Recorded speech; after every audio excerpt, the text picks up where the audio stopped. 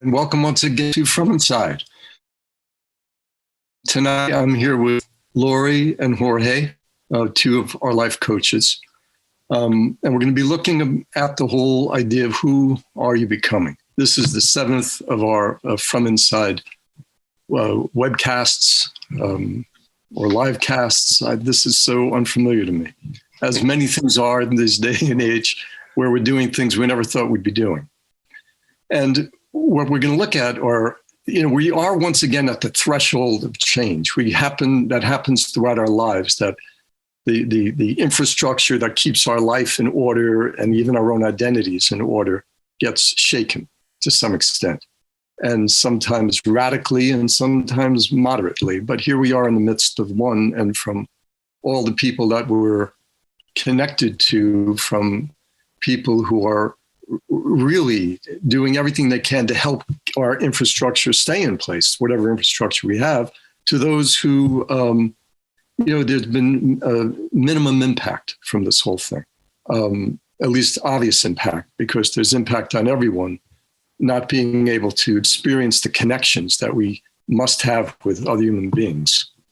Not only research your own experience when you've gotten a cold shoulder, when you've had to keep distance from people. We had the sprinkler people here today set up my system. Great guys. I've been talking to them for years now. They've been coming, even got a little personal exchange of personal information. And when the guy got out of the truck today, it was almost automatic for us to kind of walk toward each other, and we both kind of stopped. And we stopped, and we had to keep that distance and speak from a distance. And I thought, this is such a weird thing, that, the normal ways that we've been interacting is being hampered and altered in so many different ways. And yes, thank God we're doing that, because personally, I believe that's real important that we do. We do everything that seems to make sense to bring this thing bring this thing through. I don't want to say bring this thing to a close, because, we're not going to go back to the way things were. We're going forward to the way things can become, which is something we're always doing within our own selves, to become. Who are you becoming now during this time? And so we're going to look at that from a couple of different angles. And Lori and Jorge will be in dialogue with me, and hopefully you'll hear some things that help you in your own journey. Yeah. And hi, everybody. I'm always so happy to be here, and it's always a great chance for me to be able to spend time with some wonderful people that I love dearly. And so I just want to thank you, Sal, for putting this together so we could all be together tonight. Well, thank Kevin, because I don't know how to do this stuff. Kevin, yes. And of course, Kevin, the mysterious, invisible, not invisible anymore, Kevin. In the control room. Yeah. And so, thinking about this topic, I was really this week, when you think about who are you becoming, I kept thinking about who was I before. And I was back to the scrappy little kid. I was back to, I was a complete and total tomboy when I was younger. And of course I went through an evolution as, I started to have I'd be influenced by the world around me and being taught that some things were more appropriate than others as a grown lady, and with people just watching me. I felt very, very watched all the time. But as time goes on, I think about what was more important to me in my becoming. I used to think about the external things, about what I needed to do, what I needed to accomplish. And I remember looking up to my parents, looking up to my other family and friends, and saying, okay, this is what they need me to be. And now, it's, the ladder climb continues, but it's developed a much, much deeper meaning. It hasn't been so much about what I'm becoming, but it really is about who. And that's where the journey really, really shifted. And I know for a lot of people, I'm thinking about my own daughter who's graduating from high school this year. My own son who's had his, regular semester at college put on hold. And now we found out the following semester will be. And I'm watching to see how so many people with those steps, those important steps that were supposed to happen, that we're expecting to receive or to earn, have really changed in a way that that none of us could have predicted, as we've been saying through this whole series. And so, it goes back to me, to that place of who am I becoming? As you've always said, Sal, in relation to this, in relation to what we have going on around us. And I've been feeling that's the stage that people are starting to refer to as the endurance stage. And we've been now in this isolation phase for, at least here in New Jersey, for now 3 months. I've lost track. I don't even know anymore. But this is no longer about, achieving for me personally, I could say. It's really now about what can I do to support myself so that when I come through on the other side, who will I have become through this? That's become about all I can really have any control over right now. And that's something I feel is comforting. Well, and within, the context of this present threshold, when I was a boy, my identity was tied into my family and my community and so on. And my dad had a good reputation in our town, and people would refer to me as Tony's boy. Oh, there goes Tony's boy. And I would love to hear that. And it was just sort of who I was. I was Tony's boy. And then when my dad died, when I was a teenager, then it was like, whoa, who am I? And ironically or synchronistically, right around that time in an English class, the English, I had just gone from a private school to a public school. And the English teacher said, well, tell us who you are, write your autobiography. I remember when I sat down with the paper, I thought, what do I say? Who am I? Well, who am I? Well, I used to be Tony's boy. Who am I now? And I still have it somewhere. It's so superficial. It's my name, my address. We have a phone. Here's a phone number. We have 2 cats. That was who I was. And then after high school, so then I became, the person in the high school after about a year, one of the guys having fun. That was my identity. Left high school, went to college, which was a rare thing in my family. And it was like, whoa, do I belong here? Who are these people? And again, that feeling of loss of identity to some extent, until I met some friends and was in a fraternity. And then my identity was, well, yeah, I'm in that fraternity. And then after college, go off to grad school. Now it's a whole new thing again. All those social ties were minimized. And now I was in another situation with, very bright people and wonderfully inspiring professors and classes. And it was a whole new identity of who I was. And then when I graduated and got my doctorate, I remember thinking, now what do I do? Now where do I go? I mean, I have contacts and things, but a continual sense of my outer self continually evolving and changing. And when I leave out of the story, but I think it's the most important part. When I was graduating in high school, my high school guidance counselor said to me, look, face it, you're not college material. And then years later, I'm teaching grad students at Columbia. So how does that happen? The essence of me, I think, has always been working its way through. The personality or persona, the outer self of me, has always been in that interaction or that dialogue with what the outside is telling me I'm about and who I am and the culture. And as all of us do, as we continually become more of our best self, that continual process is a continual process of coming through the programmings, the conditionings, the belief system that we've been given. Not that they're all bad. It's like we have to kind of pick and choose as we come forward what we want to hold on to and what we need to evolve into and develop. And Jorge, certainly you know about that from your story. Right. And what I'm thinking about too is as before this pandemic arrived, I had started to reconnect with the roots of my birth, in South America and Colombia. And, when we first started working together, you looked at my name and you said, what do you prefer, George or Jorge? And I don't recall anybody ever asking me that. You take on that name, George, to fit in, to be what the outside world that you're in now is asking you to be. And you're young and it wasn't a thought to do it. It was just, okay, I'll adapt and move on. And I remember it's just that simple question. What do you prefer? And as you remember, I looked at you and I said, oh, whatever you want. And of course, you being Sal said, no, I'm asking you, what do you prefer? And it's like, well, I actually like Jorge. I mean, we struggled saying the name George. It's funny that you asked that. And, you know, a bunch of years later, here I am. Is your wife still mad at me for that? Yeah, I think so. You might hear her in a second, as a matter of fact. But you know, a few months ago, as you know, I was reconnecting, getting my birth certificate and trying to find a way to go back and visit this place I was from, connecting with family over there. And so there I was becoming something, right? On my way to reconnecting with the immigrant part of me, and that whole culture. And it was, I don't know why, but now this moved in, right? Boom, the pandemic. I won't be flying anywhere soon. This has stopped all of that movement.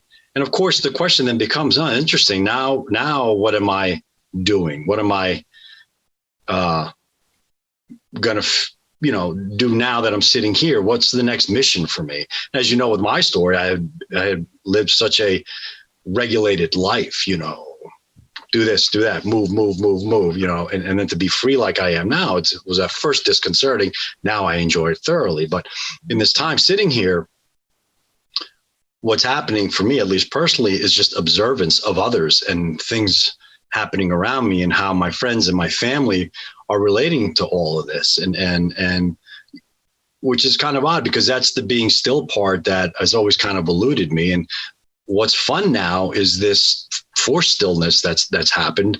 I have found some real enjoyment back with some simple things, of sitting with my wife on the deck and every night talking, or walking down the street, talking to neighbors I haven't talked to in years, and this sense of community. And as a matter of fact, today is, you're talking about the gardener coming. And I really am just observing so much now. My in-laws came back. They were in Florida. They got stuck down there, and they just drove in the driveway. And I looked, and I was so excited because they have they built onto the house next to us here. And I ran and got the kids, and I stopped. We can't go hug. We can't go. Let's put the masks on. Let's And again, wow. 4 months ago, I wouldn't be this. I wouldn't be becoming this. This is not what I envisioned. I thought I would be somewhere completely different.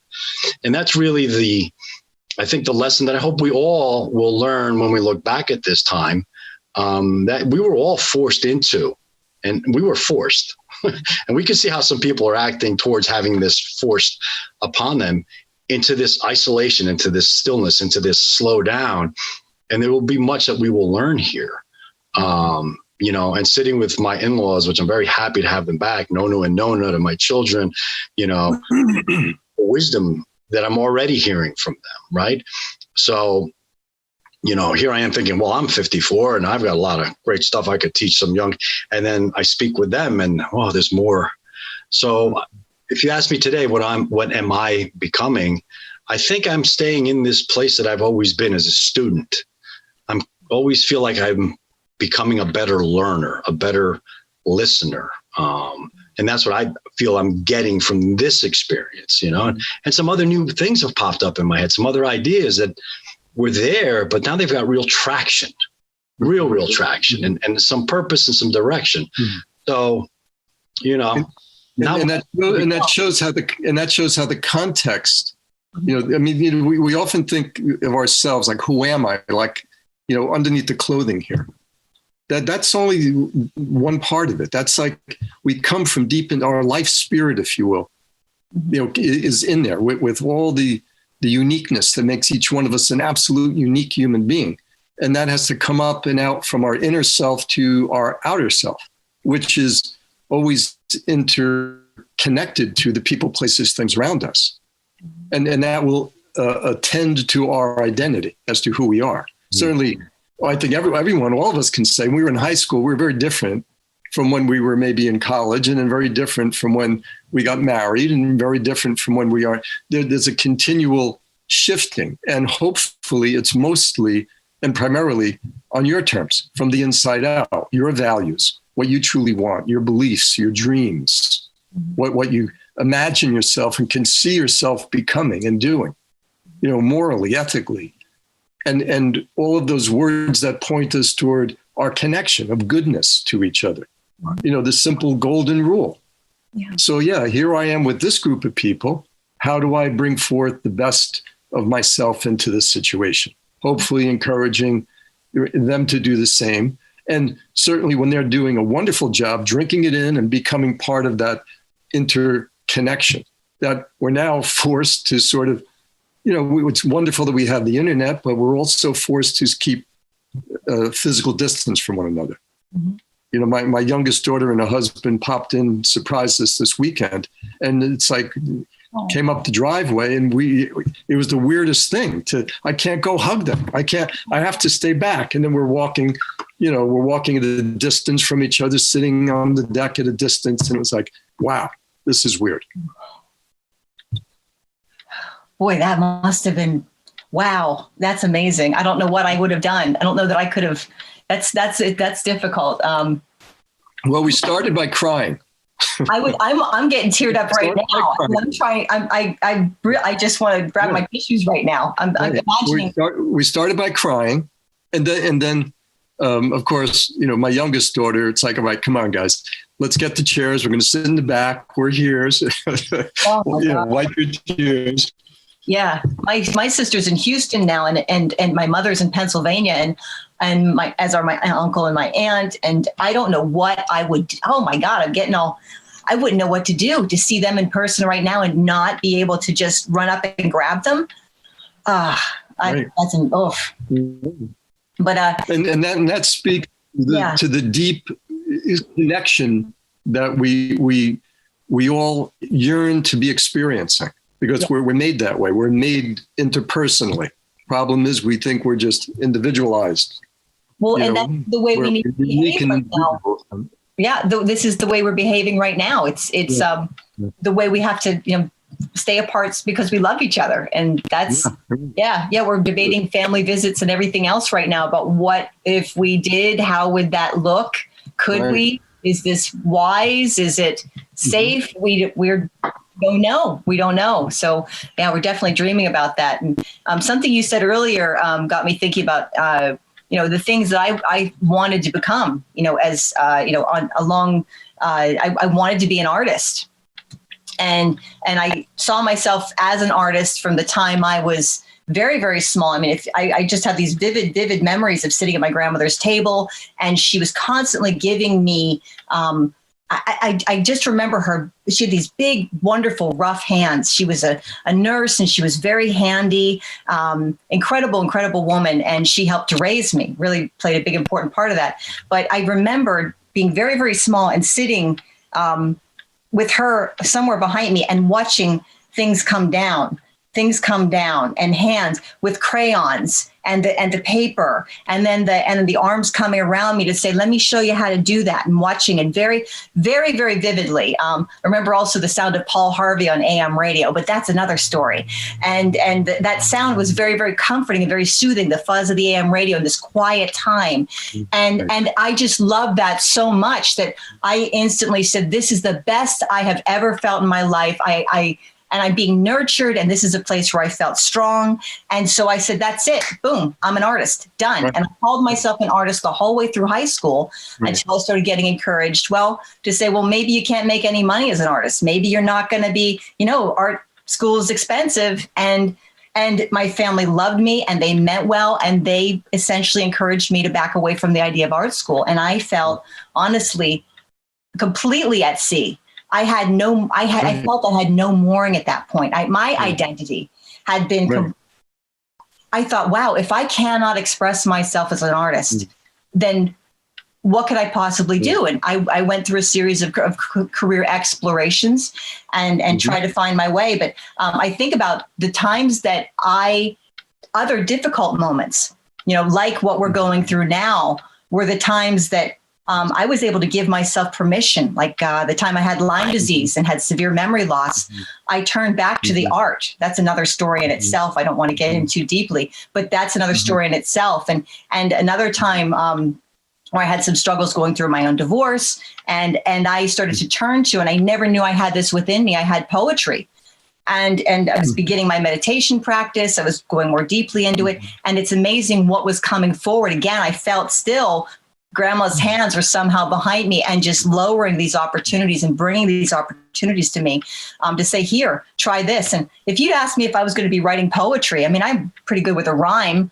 And I used to, do a nerdy rap every now and again, but not going to do that today. I just want you people to stay with us. So just so you know, but if you want, it's wonderful because, we go through these different stages in our lives with the people, places, things around us. I mean, I think about how when I was younger, so many things I'd say, hey, I'm going to do something. Somebody, you can't do that. How are you going to do that?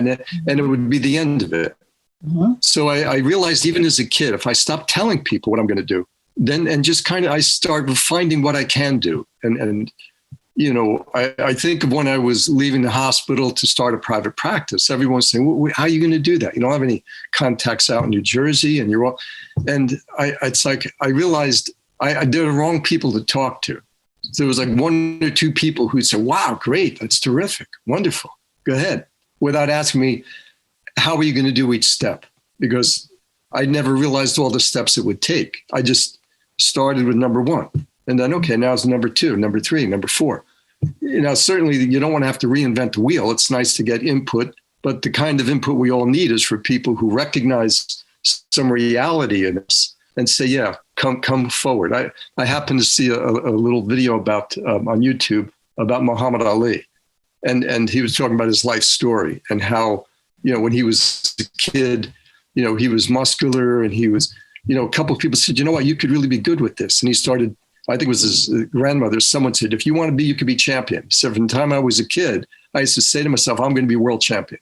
And then he just worked at it and worked at it and worked at it.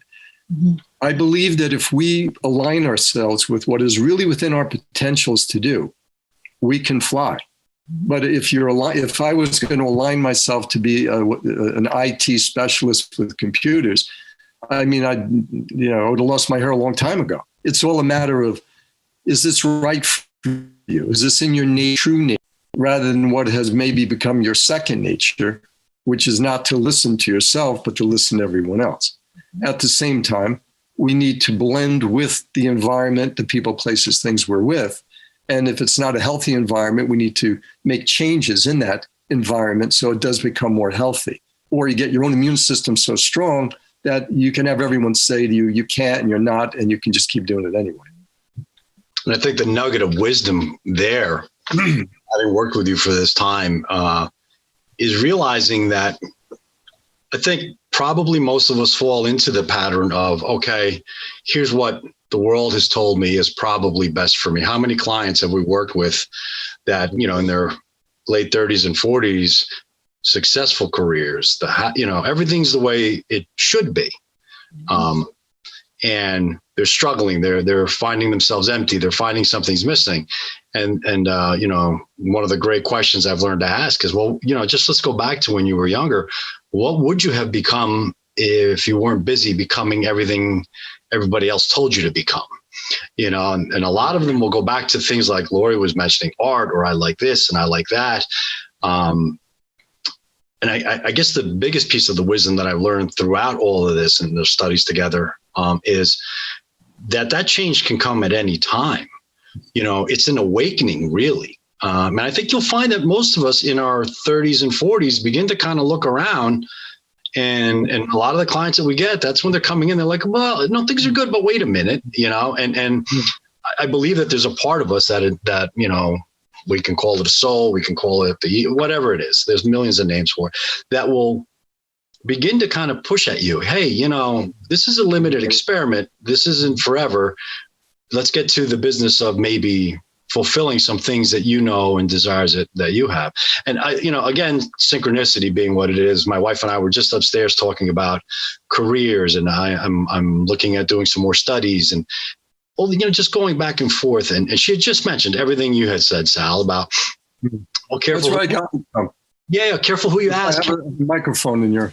Yeah, because they might squish those dreams a little bit, or they have an idea, and go to yourself and look for that wisdom there. So even at my age, it still is part of that system that we've become accustomed to. Well, let me look outside of myself. just because I'm not that I trust myself. And again, in this time that we're living in, we are all really being forced to be with the self right now. Mm-hmm. And hopefully, exactly. Right, what I would put out there is be with that self. It may be uncomfortable, it may be loud, it may want you to get up and go do things, but try to be with that self as much as you can, because there is an internal wisdom there. And just without cutting it too short, I was looking at my my transcripts and my grades and the classes, and geez, I don't remember getting a C in that one. That's not, and trying to remember, what was I did? 23. Okay, why? And look at the classes I took and would I take them today? It was interesting to go back and look at that young man scuttling through college, and compare it to today. Two different people, but yet still the same guy. Yeah, and you mentioned guys in their 30s or 40s, or women in their 30s and 40s thinking about making a career change, whatever they might do. Or, over the years of my own practice, when I would have, as I became older and have older people, some ready for retirement who would say, yeah, I never did what I wanted to do. My whole career was spent in something I didn't want to do. Right. And the most wonderful piece of this is that when they said, you know what, even though I'm now in my 70s or 80s, or whatever the case might be, I'm going to start doing that. And then once they start doing that, even if it's, they're only doing it for a couple of years, there's sort of a timelessness to it. It's like it doesn't matter that they didn't do it for decades. It just really matters that they're doing it now. And they just feel so much more alive. And with this whole notion of who are we becoming? Well, there's a simple way to put it. We are either becoming more who we truly are in our heart and soul and more alive and more with uplifted spirit, or we're becoming less and less who we truly are and just kind of going through the machinery. And then, many times with anxiety and depression, there's certainly a chemical orientation and a connection with that as well from living in a certain way for many, many years. But there's also the anxiety that comes from, damn, I'm going through my life and I'm not doing what I want. Or I better get going because I'm not going to be able to get there, which is kind of like the fight and flight part of of stress. And then the just resignation and depression that could come on the other side of it, or back and forth between one's not on the path that they need to be on. And of course, this doesn't mean radical change. This means evolving, right where you are right now. We all have in our lives things that we'd love a little more of and things we'd love a little less of. And there are things that we can do to begin to move things in that evolving, shifting direction, which is the very thing that it creates the liberation, that we become liberated from the beliefs that don't really fit us and the activities that don't really serve us anymore. And sometimes even the people who are bringing us toxic negativity and distraction and keeping us off a path that we find more fulfilling. One of the most simple ways I think of this sometimes, I'm trying to clean up my closet. I say, well, does this lift my spirits or does it not? If it doesn't lift my spirits, well, give it to Salvation Army.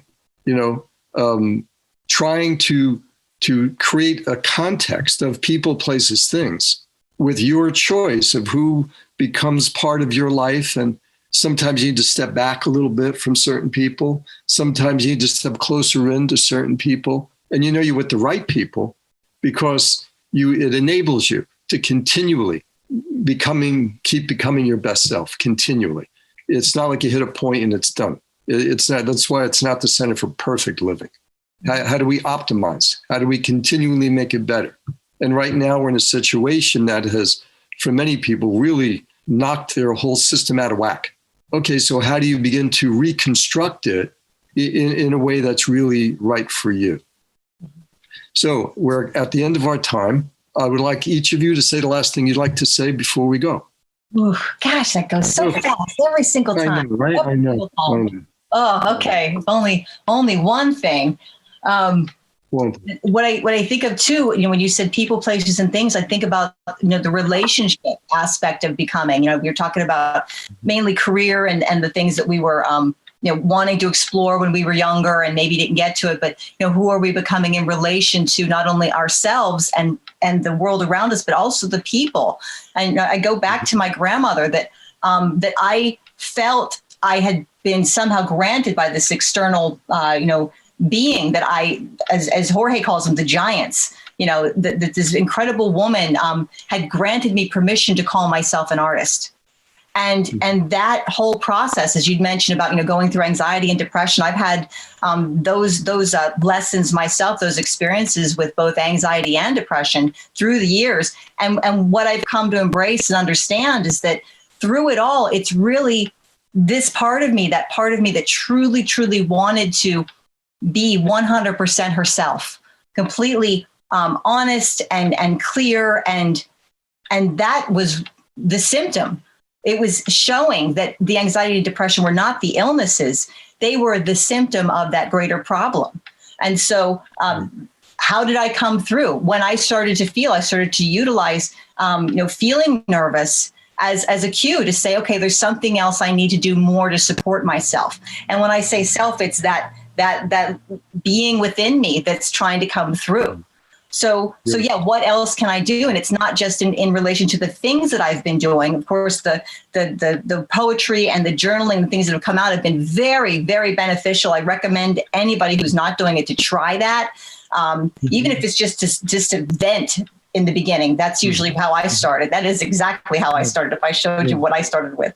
But it's also the people that we're with. That's a whole other subject. That we're all trying to come through, and how can we nurture and hold not only ourselves, but also be aware that every single person that we are with right now, and we're in tight quarters, and it's been very intense for a lot of people for those who are getting along very, very well, there are challenges, but for those who are really trying to make things work or have been struggling, it's become more intense. And so that's what I also think is, that trying to keep in your mind, how can you create that space so that you can continue to come forward and also love and respect that they are also trying to find their way too.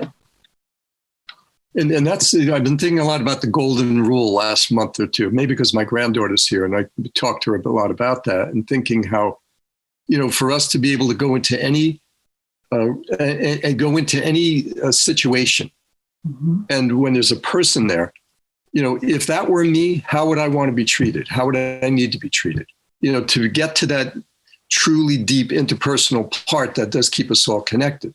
Do unto others as you'd have them do unto you, which means caring for, love, being responsible, feeling connection. And if this virus pandemic is showing us anything, it's how we're all really deeply, fully connected.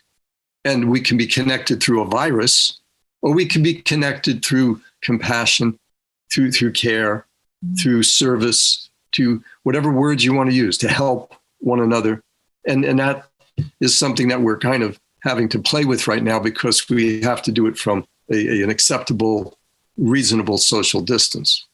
So, Jorge? So, in closing, for me, what I would like to talk about is something that's always fascinated me, right? Is the act of courage. And we know that courage does not occur without fear. There's no such word as courage if there isn't fear. You need fear to push forward that courage. Fear is just an emotion asking for action within inside ourselves. And as you were just mentioning, and you guys were talking, again, I'm very happy. My mother-in-law is watching. Hi, Mom, is watching right now. They're right next door here. But I was so very happy to have them back. And as you were speaking, I thought to myself, all right, this virus here has attacked that population pretty significantly. And there's a lot of wisdom there. And it's always careful to make sure we connect to that wisdom and keep in contact with that wisdom, because what we're talking about here when we're trying to get through anxious times is finding that courage, that hero that lays within every human being I have ever known. It's there. We all have it. I know we see the movie stars and people say, and we say, how does that happen? Well, it happens if you're there. You may understand that if you were in those shoes.